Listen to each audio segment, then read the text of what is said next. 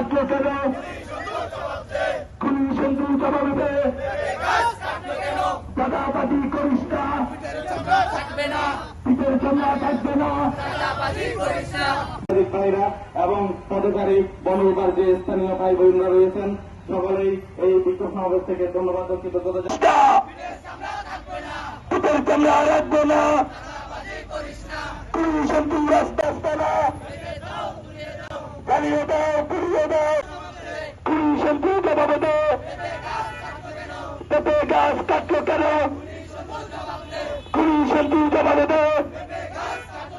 চাষবাস করার অধিকার রয়েছে এই মানচিত্রের প্রত্যেকটি ইঞ্চি কোণায়, প্রত্যেকটি জায়গায়।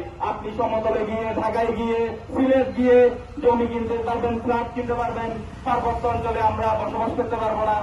এই মুখ্য কথা বলার আপনাদের দিন শেষ। সুতরাং সকলকে মিলেমিশে শান্তি সমৃদ্ধির বাংলাদেশ গড়তে আমরা ঐক্যবদ্ধ হই।